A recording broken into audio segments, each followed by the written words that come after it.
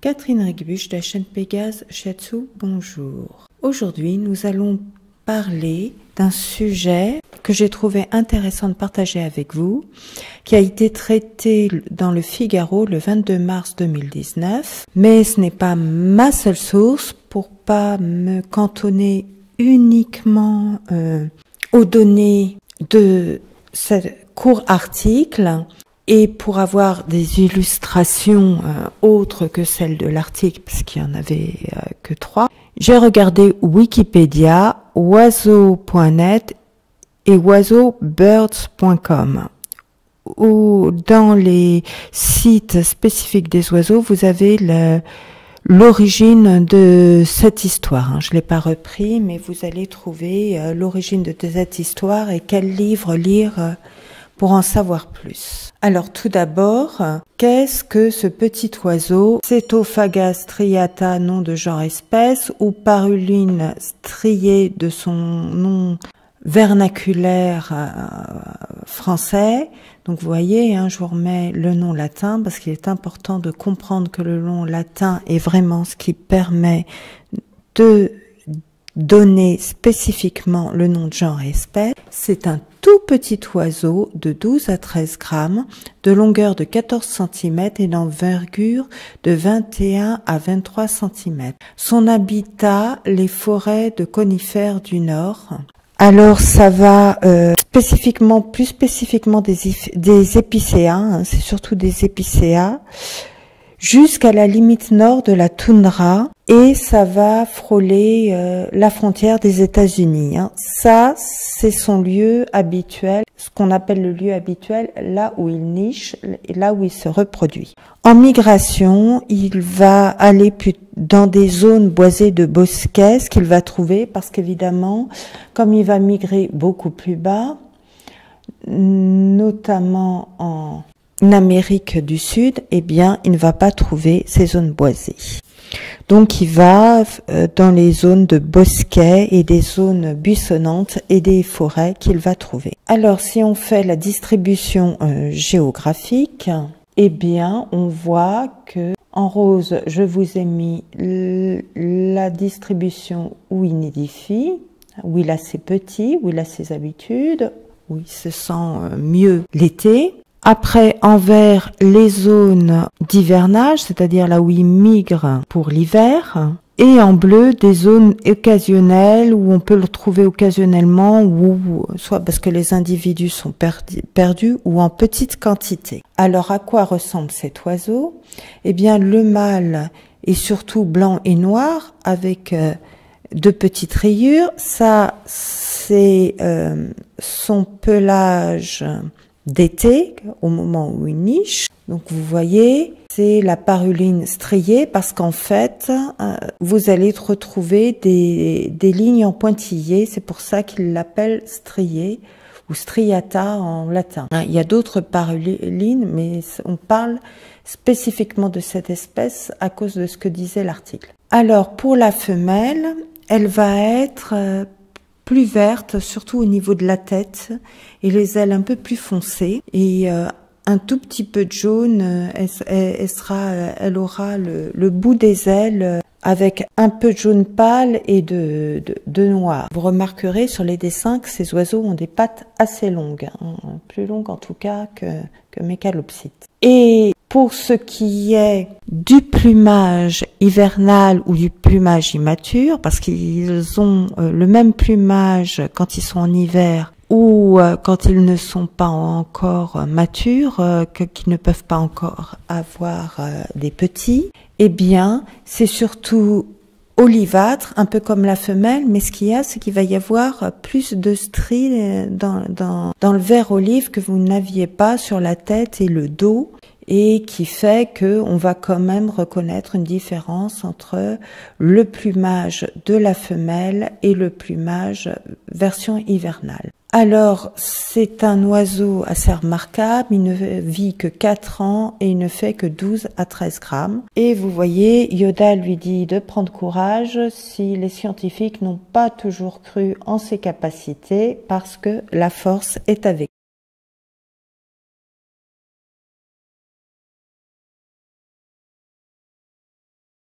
ces Tophaga striata, en fait, ils ont pris des individus, ils font 12 à 13 grammes. Donc, en fait, la science n'était pas capable pendant longtemps de mettre des colliers émetteurs capables de les géolocaliser en s'adaptant à leur taille. Eh bien, c'est fini. Maintenant, on est capable de faire des mini géolocalisateurs de 0,5 grammes. Et ces mini géolocalisateurs de 0,5 grammes ont une autonomie électrique de 1 an. Donc, normalement, c'est suffisant pour enregistrer l'aller et retour. En juin 2007, grâce à des bénévoles, les scientifiques ont pu récupérer des mini géolocalisateurs. En fait, ils ont été mis sur 111 individus, 31 pour un emplacement ce qui s'appelle Churchill dans le Manitoba canadien, 30 pour Whitehorse dans le Yukon canadien et 20 dans le Denali dans l'Alaska américain et 30 à Nome en Alaska. 14 seulement sur les 111 ont enregistré l'aller et retour de la migration. Vous voyez, ça fait à peine plus de 10%. Donc, il faut vraiment une centaine de ce matériel qui coûte parfois de moins en moins cher, mais qui, comme c'est hyper miniaturisé, peut encore coûter un peu de sous. Là, je sais pas combien ils ont dû mettre pour faire ça, mais enfin, c'était une première. Mais, vous voyez, 2017, la personne, le chercheur qui a organisé ça, a eu le temps d'écrire un livre. Hein, c'est dit dans les sites que je vous ai mis. Et il y en a 7 qui n'ont pu enregistrer que la descente vers le sud, et 6 autres qu'ils ont retrouvés n'ont rien enregistré. Vous voyez, ils n'ont réussi à trouver que 27 mini géolocalisateurs sur les 111 de départ, et il y en a 14 seulement qui ont enregistrer l'aller-retour. Donc vous voyez, il y a beaucoup de pertes. Donc il faut vraiment pas hésiter à aider pour ce genre de mission, si vous en avez l'occasion, si vous êtes proche de ce genre d'expérience, parce que bon, c'est une expérience humaine très intéressante pour aider à mieux comprendre les animaux. Et pourquoi il est intéressant de comprendre ces animaux, c'est parce que ils ont des soucis pendant la migration. Ce sont des animaux qui, dans l'eau, ne flottent pas parce que leur plumage est perméable. Et donc, quand ils survolent de l'eau, ils doivent voyager d'une traite. Et en plus, ces animaux sont sensibles pendant leur migration aux lumières, et ils rentrent en collision avec beaucoup d'obstacles, des maisons, des tours de télévision, des immeubles hauts. La population est sur le déclin. En Alaska, on n'en a plus que 54%. En Colombie-Britannique, il en reste 91%. Donc là, ça va encore. Comme au Québec, 91%. Et en Terre-Neuve, 78%. Bref, ces populations sont plus ou moins en baisse partout. On pense que les insecticides ainsi que les puacides pourraient être liés à ça. Mais il est important aussi, comme il y a des pertes lors des migrations, d'estimer tout ça. Donc c'est une expérience qui est très très importante pour comprendre, et pour la biodiversité, ce petit animal, on a besoin de ce petit animal pour de la biodiversité, parce qu'il a certainement un rôle.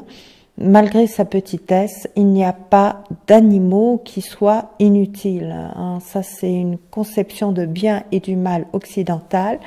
Mais on s'aperçoit avec la science qu'il n'y a pas d'animaux inutiles. Tous, s'ils sont là naturellement, hein, je parle pas d'animaux qui ont été mis là artificiellement par l'homme, qui de temps en temps peuvent ne pas gêner l'écosystème, mais le plus souvent, c'est plus un problème qu'autre chose.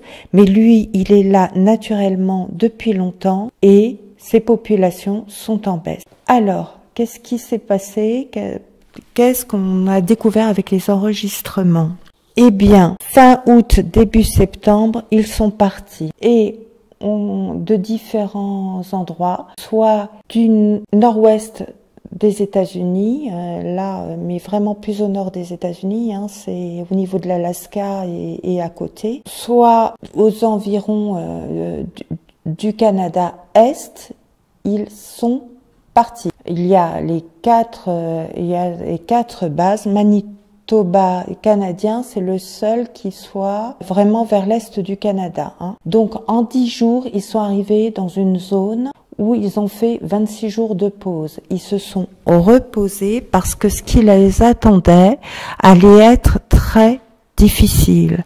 Parce que la partie d'après, c'est en 48 à 96 heures, donc une période relativement courte.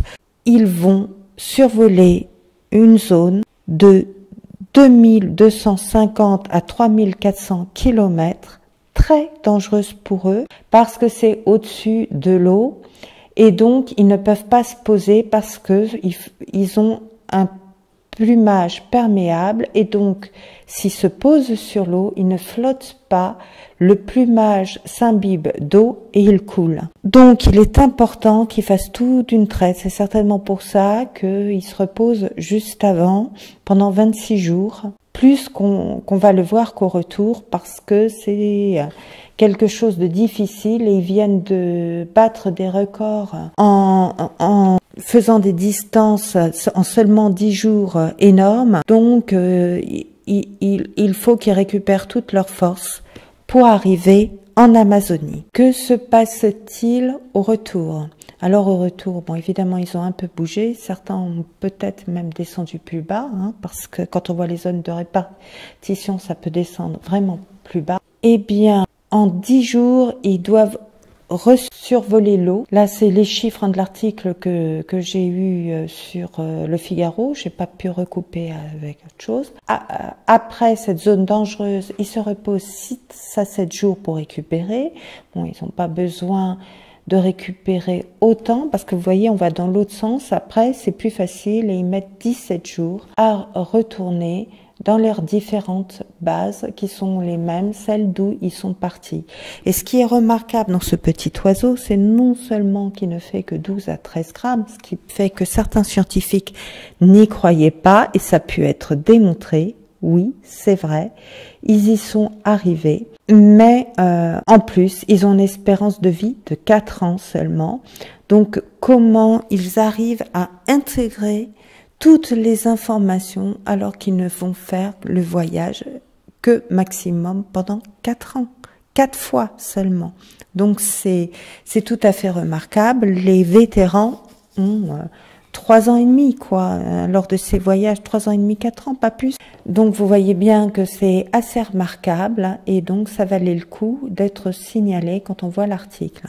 Je vous remets un peu les 4 sources que j'ai consultées. Je le répète, dans les sources du net, vous aurez les références d'un livre que je n'ai pas lu si vous voulez en savoir plus. Et je vous remercie bien de m'avoir écouté pour cette expérience extraordinaire de la paruline striée. Merci.